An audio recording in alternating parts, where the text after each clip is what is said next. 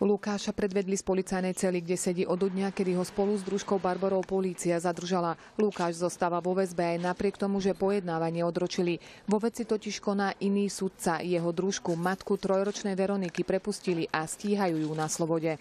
Obžalovaná BS bola prepustená z väzby na slobodu rozhodnutím okresného súdu z augusta 2014, potvrdený rozhodnutím odvolacieho krajského súdu zo septembra 2014, nakoľko pominuli dôvody väzby. Lukáš, ktorý dlhé roky pracoval ako kameraman v rôznych slovenských televíziách, mal dievčatko napádať a mlátiť asi pol roka, no v pondelok večer, teda 29.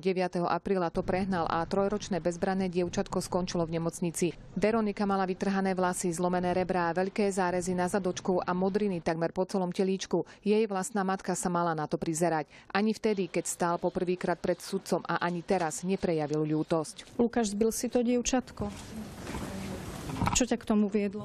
Dievčatko dokonca odhlásili zo škôlky, pretože si učiteľky všimli modriny. Barbora sa vyhovárala, že spadla, no odvtedy už bolo dieťa len doma. Na dievčatku si zranenia nikto z ich rodín nevšimol, pretože Veroniku stále zatajovali. Keď však prišli v osudný večer do nemocnice, nedokázali uveriť, že by boli takého niečoho obaja schopní. Povedalo, že bolo týrané tým odčimom, alebo proste tým netvorom.